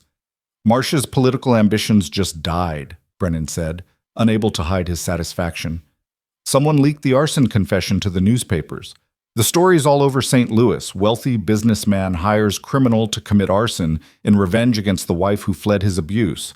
His friends in the government have distanced themselves. His business partners are severing ties, and the territorial governor publicly condemned him." "Who leaked it?" Jack asked. "Don't know for certain, but I have my suspicions." Brennan's eyes twinkled. "Judge Catherine Miller has friends in the newspaper business, and she's never been fond of powerful men who abuse their wives." Elena covered her mouth with her hand, tears streaming down her face. "It's really over? He can't hurt us anymore?" "He could try," Brennan said carefully, "but he'd be a fool to. Every eye in the territory is on him now. Any move he makes against you would be seen as proof of everything you've said. He's more likely to disappear for a while, try to rebuild his reputation somewhere else." After the sheriff left, Elena broke down completely. Not from fear this time, but from relief. She sobbed against Jack's chest while he held her, one arm around her shoulders and the other cradling Mia. They stood there for a long time, the three of them together, while the weight of the past weeks finally lifted. "Thank you," Elena whispered when she could speak again. "Thank you for everything. For finding us, for protecting us, for giving us a future when I thought we had none." "You don't have to thank me." "Yes, I do. You changed our lives, Jack. You changed who we are, what's possible for us. That deserves acknowledgement." Jack didn't know how to respond to that, so he just held her tighter. The weeks that followed were quiet, almost suspiciously so. Jack half expected Robert Marsh to appear at any moment, but as summer faded toward autumn, it became clear that the threat was truly gone. Marsh had left St. Louis, according to Brennan's sources, relocating to California where his reputation hadn't yet reached. He was starting over, trying to become someone new. Jack hoped he'd learned something from his fall. Probably not. Men like Marsh rarely changed, but at least he was gone, and Elena and Mia were safe. Jack took a job at the rebuilt livery stable. The town had come together to replace what the arson had destroyed, and the owner needed help. It wasn't glamorous work, but it was honest, and it paid enough to support a family. The word still felt strange in his mind. Family. But every day it felt a little more natural, a little more right. Elena healed slowly, both physically and emotionally. The bruises faded, but the invisible scars took longer. She still flinched at sudden movements, still woke sometimes from nightmares of Robert's fists, but gradually, those moments became less frequent. She started to smile more, to laugh at Mia's baby noises, to look at the future with something other than fear. And she started to look at Jack differently. It happened in small moments. The way her hand would linger on his shoulder when she passed him at dinner, the way she'd seek him out when Mia learned something new, the way she'd watch him playing with the baby and something soft would cross her face. Jack noticed but said nothing, unwilling to push or presume. They had a marriage on paper, a legal arrangement for protection. Anything more had to come from her, in her own time. 3 months after the courthouse wedding, Elena came to him as he was repairing a fence behind the small house they'd rented on the edge of town. "Can we talk?" she asked. Jack set down his hammer. Of course. She sat on the porch steps and he joined her, keeping a respectful distance. The autumn sun was warm on their faces, and somewhere in the house Mia was napping under Sarah Hennessy's watchful eye. "I've been thinking about our arrangement," Elena began, her hands clasped in her lap. "About this marriage and what it means." Jack's stomach tightened. "All right. When we married, it was for legal protection. A strategy, nothing more. You made that very clear, and I appreciated your honesty. You didn't pretend it was something it wasn't." "But?" Elena smiled slightly. "But things change. People change. I've changed, Jack. The woman who married you 3 months ago was terrified and broken and couldn't imagine ever trusting a man again. But the woman I am now—" She paused, searching for words. "The woman I am now sees what you've done for us. Not just the protection, but the patience. The way you've given me space to heal while still being present. The way you love Mia without expecting anything in return. The way you've treated me like a person with worth and agency instead of property to be claimed." Jack waited, hardly breathing. "I'm not saying I'm ready for everything a real marriage entails," Elena continued, her voice steady. "I'm not sure when I'll be ready for that, if ever. But I want to try. I want to see if we can build something real from this arrangement we made. If you're willing." "Elena?" His voice came out rough. He cleared his throat and tried again. "You don't owe me that. I didn't marry you expecting anything to change." "I know, that's why I want to try." She reached out and took his hand, the gesture still new and tentative but genuine. "You've shown me what a good man looks like, Jack. What partnership could be instead of ownership. I'd like to explore that if you would." Jack looked at their joined hands, at this woman who'd been through hell and somehow found the courage to hope again, and felt something settle in his chest, something that had been restless and searching for as long as he could remember. "I'd like that," he said simply. "More than you know." They sat there in the autumn sunlight, hands clasped, while Mia's baby sounds drifted through the open window and the future stretched out before them, uncertain but no longer frightening. Time passed, the seasons turned. Winter came to the Dakota territory with its familiar harshness, but the small house stayed warm with the stove Jack kept burning and the quilts Sarah had given them. Mia grew, reaching for things with chubby hands, smiling toothless grins that lit up the room. Elena took a position teaching at the town's small schoolhouse, using the education she'd gotten before Robert Marsh had tried to break her. And Jack discovered something he'd never expected. He was good at being a father. Not perfect, not always patient, but present. Committed. When Mia cried at night, he was there. When she needed feeding, he helped. When Elena was exhausted from teaching, he took over baby care without being asked. It became second nature, this rhythm of family life. He and Elena grew closer slowly, carefully, building trust one day at a time. She told him about her childhood, her dreams before Robert had crushed them. He told her about the war, about the reasons for his court-martial. He'd refused an order to burn a farmhouse with a family still inside, about the years of drifting because he'd believed he didn't deserve roots. "You were wrong," Elena said one night as they sat by the fire, Mia asleep in her cradle. "About not deserving roots. You've always deserved them. You just needed to find the right place to put them down." You think Willow Creek is the right place?" "I think home isn't a place, Jack. It's people. And you're my home now, you and Mia." He kissed her then, gently, giving her every chance to pull away. She didn't. She leaned into the kiss, her hand coming up to cup his face, and it was sweet and new and nothing like the desperate unions Robert had forced on her. This was choice. This was mutual. This was real. Spring arrived with its promise of renewal, and with it came news from St. Louis. Robert Marsh had died in California, thrown from a horse during a drunken ride through wine country. No foul play suspected, just a man making bad decisions and paying the final price. The letter from his lawyer included paperwork dissolving any remaining legal connections. Not that any existed anymore, but it was the last official severing of ties. Elena read the letter twice, then folded it carefully and set it aside. "How do you feel?" Jack asked, watching her face for signs of grief or relief or anything in between. I don't know, she admitted. He was my husband once. Even if that marriage was a nightmare, I should feel something, but mostly I just feel, she paused, considering, free. Completely, finally free.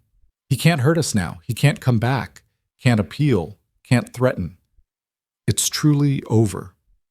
It was over the day Judge Miller granted the annulment. In my head, yes, but my heart needed this. Needed to know he couldn't change his mind, couldn't find some new way to reach us. Elena looked at Jack, her eyes clear. Now my heart knows too. That summer, they married again. Not for legal protection this time, but for love. It was a small ceremony in the church, with half the town in attendance. Mia, now a year old and taking tentative steps, served as the flower girl with Sarah's help. Sheriff Brennan stood as Jack's best man, Doctor. Hennessy walked Elena down the aisle since she had no father to do the honors. Judge Miller officiated, her stern face softening as she pronounced them husband and wife for the second time. I've married many couples in my years on the circuit, she said after the ceremony, but I've never seen two people fight harder for the right to love each other. May your future be everything you've earned. The years unfolded with their mix of joy and hardship, triumph and struggle. Jack and Elena had 2 more children, a boy they named Thomas after Sheriff Brennan, and another girl they called Sarah in honor of the doctor's wife. Mia grew up strong and confident, never knowing the fear her mother had lived with, never doubting that her father loved her absolutely. Elena became the head teacher at the school, known for her compassion with difficult students and her fierce advocacy for girls' education. Jack eventually bought the livery stable from its owner and built it into the most successful business in Willow Creek. They bought land outside town and built a real house with space for their growing family. But more than their material success, they built something else, a partnership of equals, a marriage based on mutual respect and genuine affection. They fought sometimes, as all couples do, but they fought fair.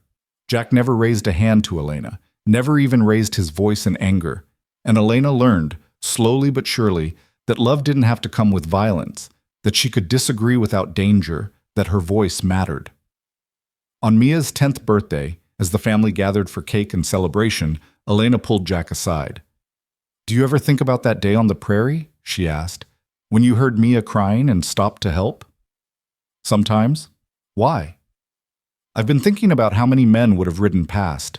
How many men did ride past, probably, in the days before you came? They heard a baby crying in the wilderness and decided it wasn't their problem." She took his hand.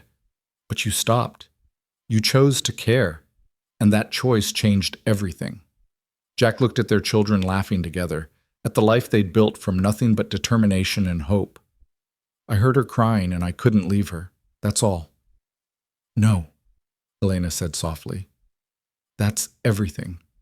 That's the whole difference between the world as it is and the world as it should be. People who hear suffering and choose to stop instead of riding past." She kissed him, and through the window they could see Mia helping her younger siblings, Thomas and Sarah, teaching them how to play the game she'd invented.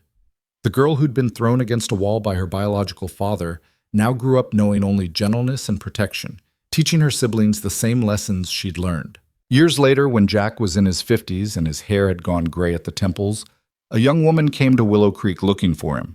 She was perhaps 20, well-dressed, educated, with dark blue eyes that reminded Jack of someone. "Mr. Rowan?" she asked, approaching him at the livery. "My name is Catherine Marsh. I believe you knew my father, Robert Marsh." Jack's hand instinctively moved toward the gun he no longer wore. "I did." "I'm not here to cause trouble," she said quickly. "I'm here to thank you. After my father died, his papers were sent to me.